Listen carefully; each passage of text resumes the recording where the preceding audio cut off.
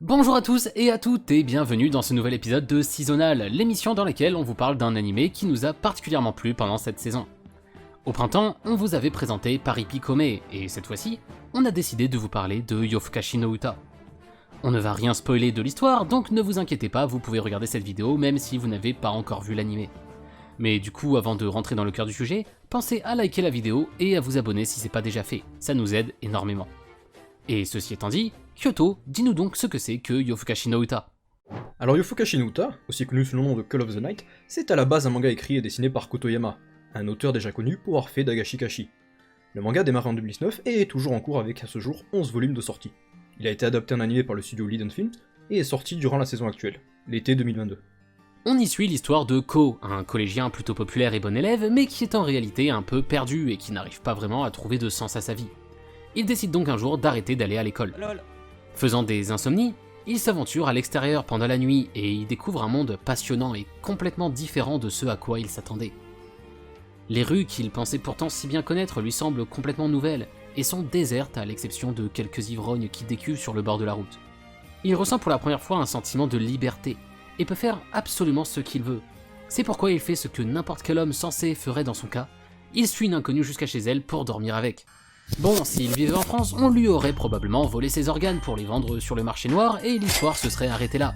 Mais heureusement pour lui et pour nous, il vit au Japon, et l'inconnue qui l'a suivi n'en a pas après ses reins ou son cœur, elle veut juste le sucer. うまいこと人の血吸うためにさ、いろいろ考えたわけよ。 Wang Ening a beaucoup étudié la question. Bon, ok, c'était pas clair. Nazuna, c'est le nom de notre inconnue, est une vampire, et elle voulait en fait lui sucer le sang. Et si la plupart des gens s'enfuiraient à ce moment de l'histoire, notre jeune personnage, lui, il est plutôt chaud pour se laisser faire et devenir un vampire. Bah ouais, le bouc s'ennuie pas mal dans sa vie, et il a bien vu que le quotidien de Nazuna, cette vie de liberté dont elle semble profiter à fond, bah elle est clairement plus cool que la sienne. Sauf que, après qu'il se soit fait sucer le sang, Nazuna lui explique qu'il faut qu'il tombe amoureux d'elle s'il veut pouvoir se transformer en vampire. Bon, autant dire que moi, à sa place, j'aurais déjà été transformé, mais c'est pas de moi qu'on parle, et l'anime nous racontera donc les aventures de ces personnages qui vivront leur meilleure vie pendant que Ko tente de tomber amoureux de Nazuna. Bon, Yofukashi no Uta, on vous en avait déjà parlé dans la vidéo sur les animés de cet été, sauf qu'à ce moment-là, l'anime n'était pas sorti, et on pouvait se baser que sur les trailers.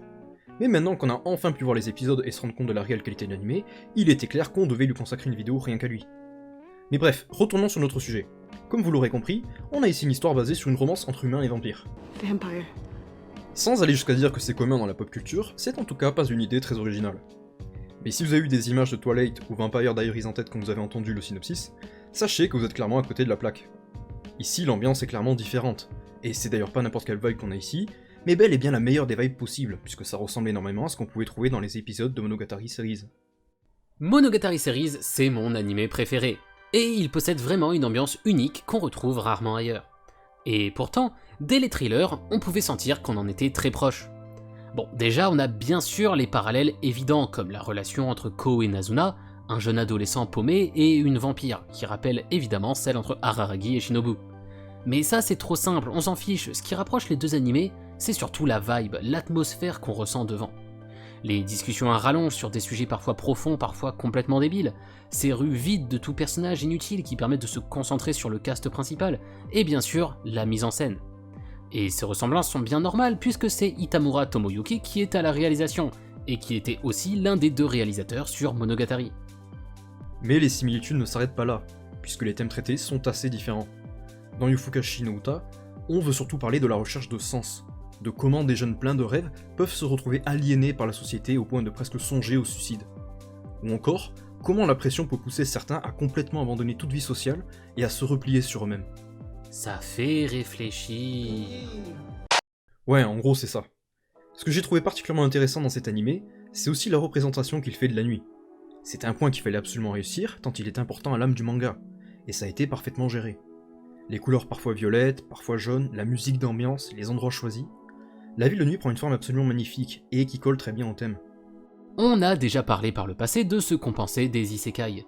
Comment ils étaient régulièrement utilisés comme une porte de sortie pour tous les jeunes hikikomori ayant subi trop de pression et rêvant d'un monde de fantasy où ils pourraient repartir de zéro. Eh bien, je pense qu'on est ici sur quelque chose d'à peu près similaire, mais en plus intelligent. Je m'explique. Dans Yofukashi no Uta, la nuit est montrée comme un autre monde, complètement différent. On n'a pas besoin d'y suivre les normes sociales, d'être bien habillé, de faire attention à pas bousculer les gens, de pas faire de bruit, de pas gêner le passage, etc. Non, la nuit, on est seul, sans personne pour nous juger ou nous rappeler à l'ordre, comme si la rue nous appartenait.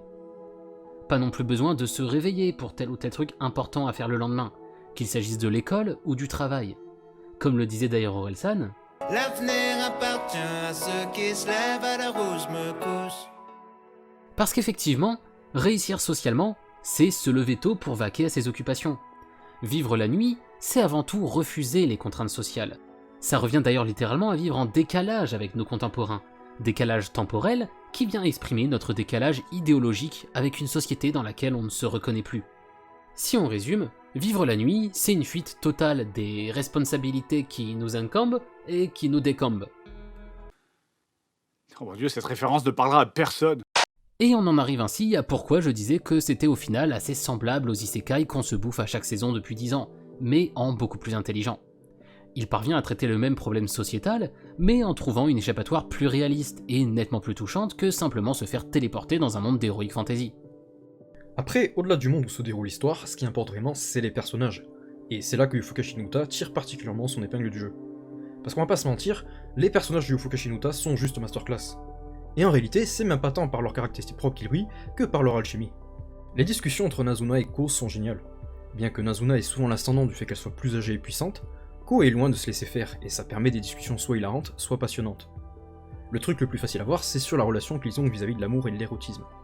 Nazuna fait beaucoup de blagues salaces, ce qui a tendance à gêner l'adolescent, mais dès qu'il se met à parler de romance et d'amour, c'est Nazuna qui est complètement gênée et déstabilisée. Et même en dehors de ces deux personnages principaux, l'anime nous présente des personnages auxquels on peut s'attacher en quelques minutes seulement, tant il est facile de s'identifier à eux. En gros, les personnages sont super bien écrits, et sur ce point, on se rapproche encore de Monogatari, et comme c'est potentiellement le point le plus important dans le succès de ce dernier, vous pouvez comprendre que retrouver ça ici, c'est forcément une bonne chose. Pour conclure, malgré les thèmes assez standards qu'il aborde, Yofukashi no Uta est un animé unique qui a su se créer une bonne base de fans en peu de temps. Avec une animation excellente, des chara-designs magnifiques et des génériques bangers chantés par le groupe Creepy Nuts, il est pour moi sans conteste le meilleur animé de la saison. Et il faut absolument que vous alliez le voir si ce n'est pas déjà fait. Et sur ces mots, cette vidéo est maintenant terminée. Parler de Yofukashi no Uta avec vous fut un réel plaisir, et on espère qu'il a été partagé. Si c'est le cas, pensez à liker la vidéo et à vous abonner pour nous montrer votre soutien. De notre côté, on vous laisse et on se retrouve très prochainement pour de futures vidéos.